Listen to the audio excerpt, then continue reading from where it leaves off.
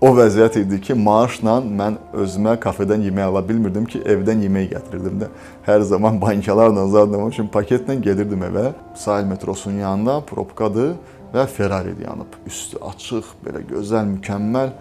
Baxdım, bu nədir də dedim. Dayandım əlimdə paketlərlə, baxdım özümə, baxdım ona. Təzədən getdim, dedim, yəni bu metrodan əl çəkəcəm də məndə, nə vaxtsa. Həmin Ferrari gəldi, mənə qismət oldu, mən onu aldım. Yəni elə bir şey var ki, bugünkü gündə düşlərimiz bildirir ki, insan nə istəyirsə o olur.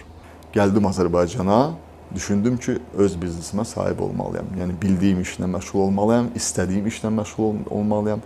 Maraqlı oldu mənə və qayıtdım avtomobil sahəsinə. Əlimdə olan pulla və əlavə biraz borc götürdüm bankdan. Böyük bir faizlə borc götürdüm. Həddindən artıq əziyyətlə 1 ton sənət yığdım. Getdim banka. Bir dostumuzun qardaşı orada işləyirdi. O kömək elədi mənə. Böyük bir faizlə də olsa götürdüm. Dedim ki, mən iş açacağam. Mən bir dükan açacağam, dükan sahibi olacağam və Azərbaycanda elə bir şey eləyəcəm ki, analoq olmayan bir şey. Getdim Dubaya. Əlimdə cəmi hardasa bir 10-15 min dollar pul var idi. Getdim Dubaya. Dubay da bizə yaxın ölkə idi. Orada da belə tanımamışam, amma şükür Allah gözəl ingilis dili bilirdim, gözəl ünsiyyət qururdum. Çünki insan psixologiyası o qədər güclü öyrənmişəm mən Türkiyədə. Düşünün ki, gündə 2000-2500 insanın ünsiyyətdə olursan və hərəsinin öz xasiyyəti, hərəsinin öz şeyin, sən ona uyğun özünü pastrayos eləməlisən və tanımalısan.